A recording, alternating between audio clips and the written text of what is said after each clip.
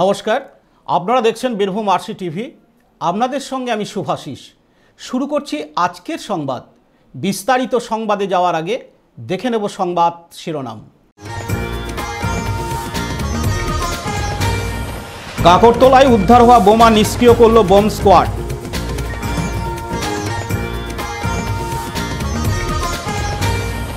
নিয়ন্ত্রণ হারিয়ে পাথর বোঝাই ডাম্পার ঢুকে পড়ল বিদ্যালয়ে।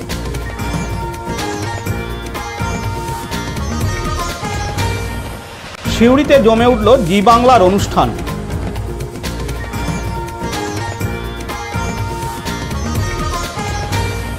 হেতমপুর বিবেকানন্দ ছাত্রাবাসে পুনর্মিলন উৎসব।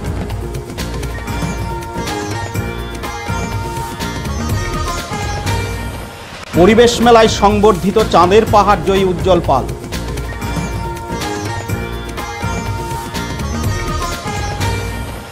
জাতীয় সেবা প্রকল্পের শিবির পরীক্ষায়।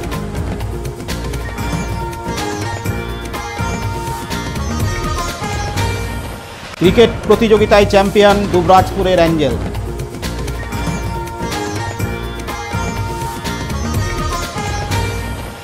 এবার সংবাদ বিস্তারিত। গত শুক্রবার রাত্রে খয়রাসোল ব্লকের কাকরতলা থানার বড়া গ্রামে এক জেরিকেন বোমা উদ্ধারে চাঞ্চল্য ছড়ায়। উল্লেখ্য, গত কয়েকদিন ধরে গোষ্ঠীদ্বন্দ্বে উত্তপ্ত এলাকা। গোপন সূত্রে খবর পেয়ে ডিএসপি হেডকোয়ার্টার্স কাশীনাথ মিস্ত্রির নেতৃত্বে বিশাল পুলিশ বাহিনী বড়া গ্রামে মাটির তলা থেকে এক জেরিকেন বোমা উদ্ধার করে এবং খবর দেওয়া হয় সিআইডির বোম স্কোয়াডকে। আজ সিআইডির বোম স্কোয়াড টিম এসে বোমাগুলিকে নিষ্ক্রিয় করে। লালটু মুখার্জির report, Birbhum RC TV, Khoyrasol. আজ ভোর 3টে নাগাদ পাথর বোঝাই ডাম্পার নিয়ন্ত্রণ হারিয়ে ঢুকে পড়ল সিউড়ি থানার পুরন্দরপুর উচ্চ বিদ্যালয়ে। জানা যায়, ভোর 3টে নাগাদ পাচামি থেকে একটি পাথর বোঝাই ডাম্পার বোলপুর দিকে যাওয়ার পথে পুরন্দরপুর উচ্চ বিদ্যালয়ের মিড ডে মিলের রান্নাঘরে ধাক্কা মারে। এর ফলে ঘণ্টাখানেক সিউড়ি বোলপুর রোডে যানজটের সৃষ্টি হয়। সিউড়ি থানার পুলিশ এসে পরিস্থিতি নিয়ন্ত্রণে আনে। স্কুল কর্তৃপক্ষ জানায়, দ্রুত গতিতে ওভারলোডিং গাড়ি পুরন্দরপুর দিয়ে প্রায়ই যাতায়াত করে। রান্না করার সময় দুর্ঘটনা ঘটলে তা আরও বিপজ্জনক হতো। স্কুলে আপনার রাত ভোর 3টে নাগাদ আপনার ডাম্পার এসে একটা ঢুকিয়ে দিয়েছে। কোথায়? আমাদের মিড ডে মিলে। কী হয়েছে? মানে অনেক ক্ষয়ক্ষতি হয়ে গেছে, এটি করে ভেঙে গেছে। কি ছিল এটাতে? পাথর ছিল। পাথরের ডাম্পার? হ্যাঁ, পাথরের ডাম্পার। কতটা ক্ষতির মুখে? অনেক ক্ষতির মুখে। আমাদের স্কুলের বাচ্চা ছেলেগুলো সব খেতে পাবে না। হ্যাঁ, গ্যাসের ব্যবস্থা করতে এখন। কখন হয়েছে ঘটনাটা? আমার ভোর 3টে। এদিকে কি লোড গাড়ি খুব দ্রুত? হ্যাঁ, খুব দ্রুতই যায়, খুব দ্রুত যায়। আর আপনার এই সামনে ব্যারিকেডটা দিয়ে দিয়েছে, লম্বা আরও জায়গা নেই। এমনিতে তো রোডটা ছোটো, তার মধ্যে মাঝখানে দিয়ে দিচ্ছে, নিয়ে ওটা সাইড কাটাতে পারছে না। সেদিন তো একটা মানুষ মরতে বেঁচে গেছে। ডাম্পারওয়ালা একটুকু ব্রেক মারে না, হ্যাঁ, সোজাই নিয়ে চলে যাচ্ছে। ওই জন্যই পারে নেই মনে সামালতে, মনে হয় ড্রাইভারটাও ঘুমিয়ে গিয়েছিল, নাহলে তো এরকম হতো না। যদি ও জানতে পারতো কি ঢুকে যাচ্ছে, তাহলে তো ও তো ব্রেক মেরে দিত। তাও তো ব্রেক তো মারে না, ওখান থেকে সোজা একদম গিয়ে এখন রেখে দিয়েছে। কী নাম আপনার? আমার নাম ধর্মেন্দ্র বাহাদুর। আপনি? আমি এই স্কুলের নাইট গার্ড।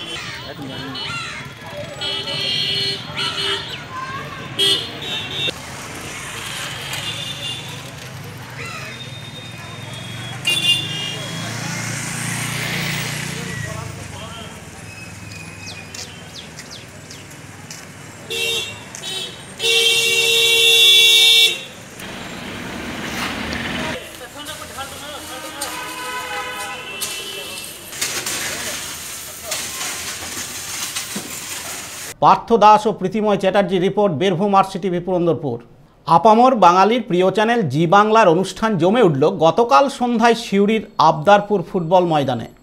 নতুন ছন্দে লিখল জীবন জি বাংলা। আপামর মানুষের হৃদয় জয়ের উদ্দেশ্যে তারা জেলায় জেলায় অনুষ্ঠান শুরু করেছে। গতকাল সন্ধ্যায় সিউড়ির আবদারপুর ফুটবল ময়দানে জমজমাট হয়ে উঠল অনুষ্ঠান।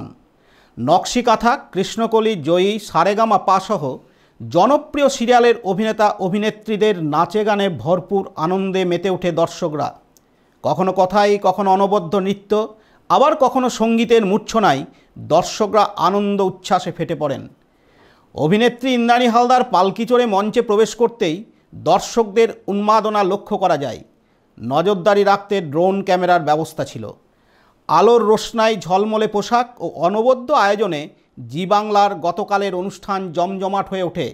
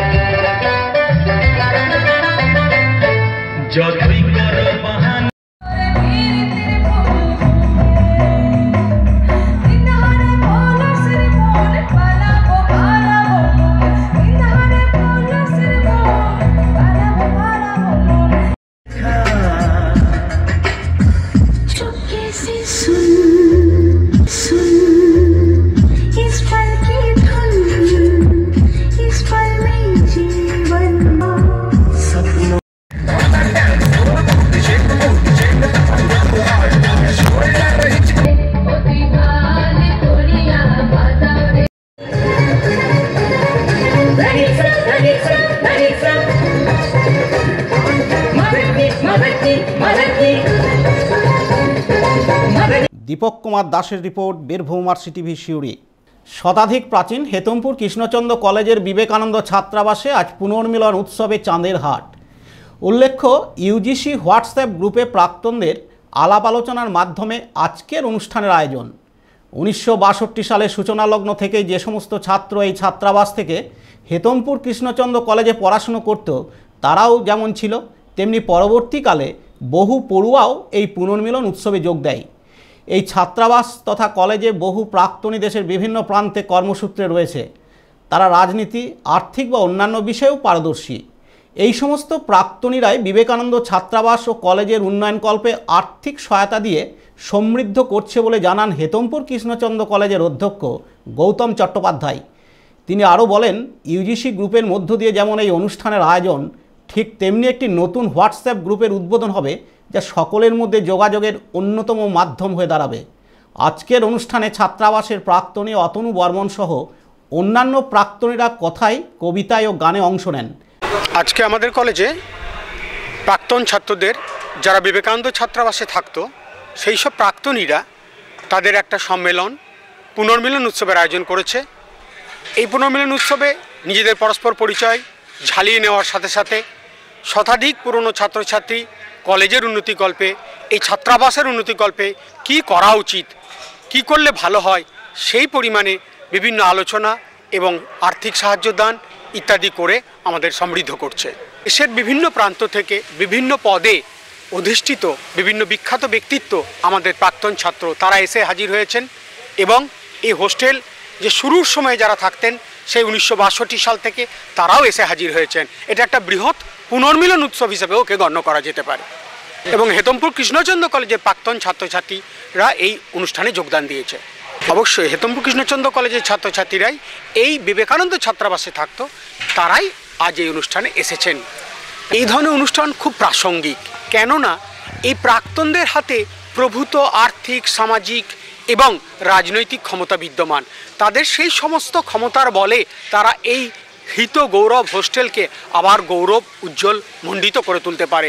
কলেজের কৃষ্ণচন্দ্র কলেজের উন্নতিকল্পেও এদের প্রভূত সাহায্য লাগবে এবং এরা করতে অঙ্গীকার করেছেন।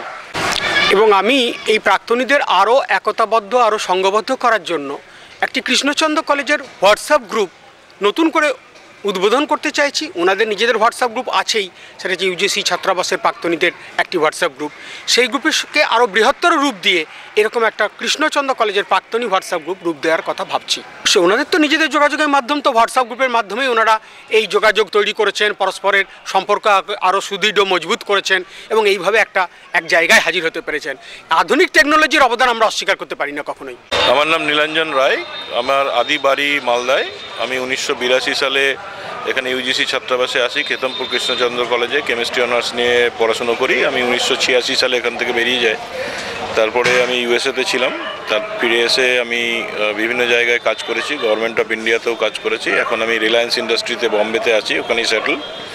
এই পুনর্মিলন উৎসব দ্বিতীয়বার হচ্ছে, আমি এখানে এসেছি এবং আমরা চাই এই কলেজ এবং এই ছাত্রাবাসের উন্নতি হোক, এবং তার জন্য আমরা অ্যালুমিনাই অ্যাসোসিয়েশন হিসাবে যতটা করা দরকার সেই কাজগুলো যথাসাধ্য চেষ্টা করব, এবং আমাদের যে বর্তমান অধ্যক্ষ মহাশয় আছেন তাকে আমরা সাহায্য করব।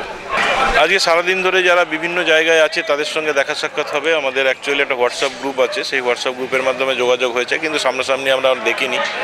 আমরা কে কোথায় আছি, কি করছি, তাদের ছেলে মেয়ে কী করছে, আমরা কিভাবে প্রতিষ্ঠিত হয়েছি, এবং সেই প্রতিষ্ঠা আমরা যেটা পেয়েছি, যে কষ্ট করে হয়েছে, তাদের সেইখান থেকে, সেই উপলব্ধি থেকে বর্তমান ছাত্রছাত্রীদের কিভাবে সাহায্য করা যায় সেই আর একটা রূপরেখা তৈরি করার জন্য আমরা এখানে একত্রিত হয়েছি, এবং এই ছাত্রাবাসের যাতে উন্নতি করা যায়।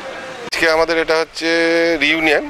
আমরা 1977 থেকে 2002 অবধি আমরা যারা বিবেকানন্দ ছাত্রাবাসের যারা বোর্ডার থাকছিলেন তাদেরকে আমরা একত্রিত হয়ে একটা রিইউনিয়নের প্রোগ্রাম করছি।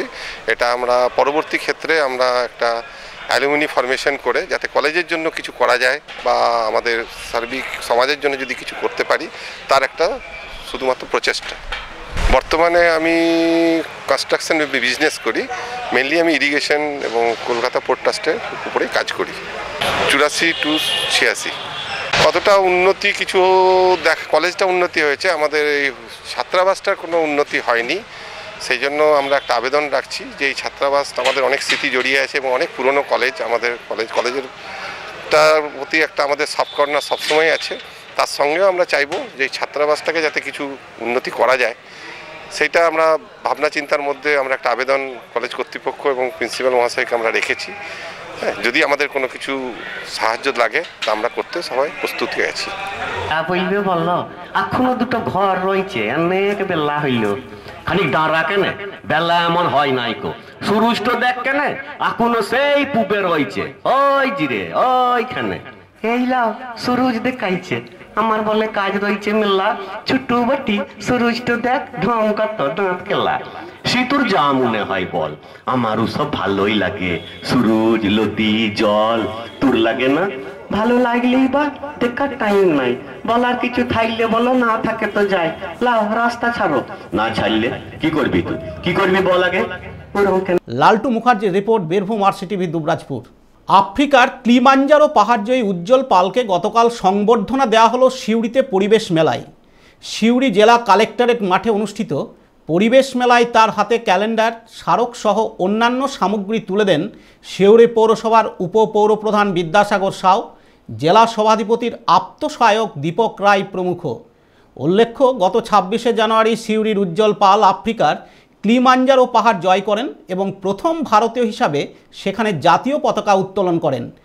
গোসাবা থেকে যাত্রা শুরু করি, তারপরে ভারতবর্ষ ঘুরি 2 বছর 3 মাস, 22,300 কিলোমিটার। তারপরে কলকাতা থেকে উড়ে চলে যাই ইস্তাম্বুল, তুরস্কের রাজধানী। সঙ্গে আমার সাইকেল, আমার চিতক যায় ফ্লাইটে।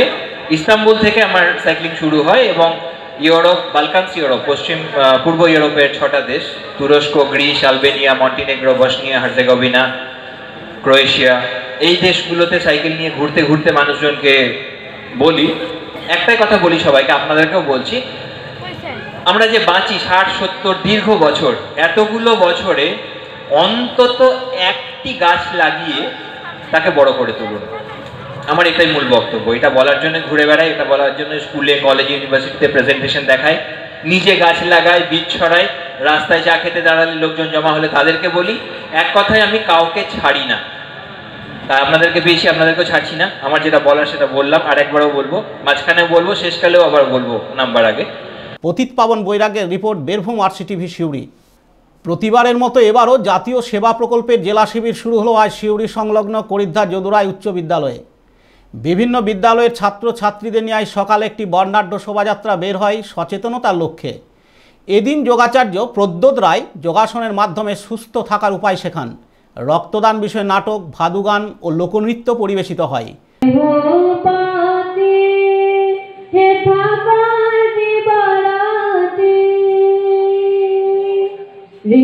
দেহ পাতি হে In his club goes to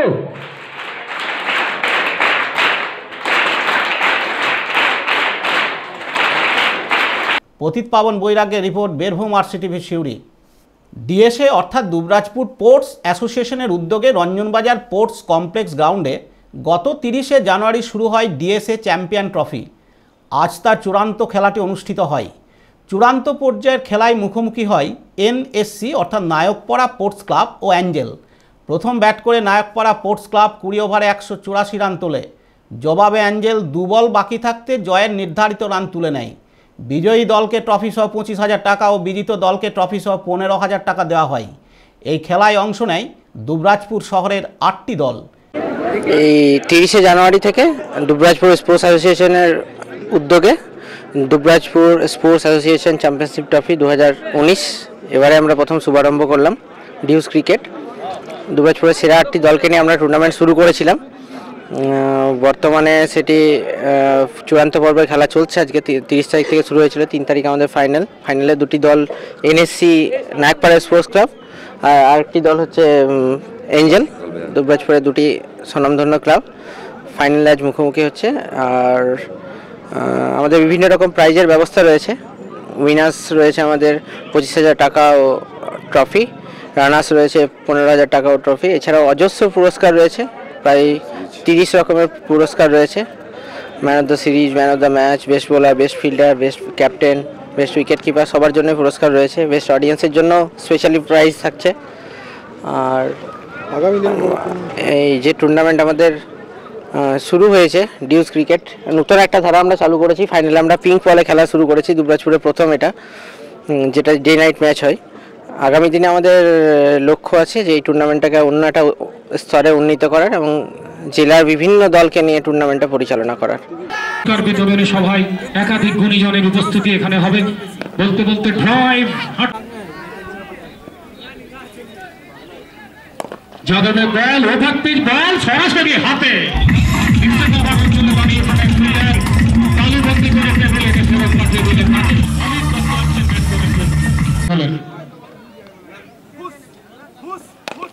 চালিয়েছেন, দেখা যাক ধরতে পারেন কিনা। লালটু মুখার্জি ও সোমনাথ রুজের রিপোর্ট বীরভূম আরসিটিভি দুবরাজপুর। আজকের সংবাদ এই পর্যন্ত। পরবর্তী সংবাদের জন্য চোখ রাখুন বীরভূম আরসিটিভির পর্দায়। নমস্কার।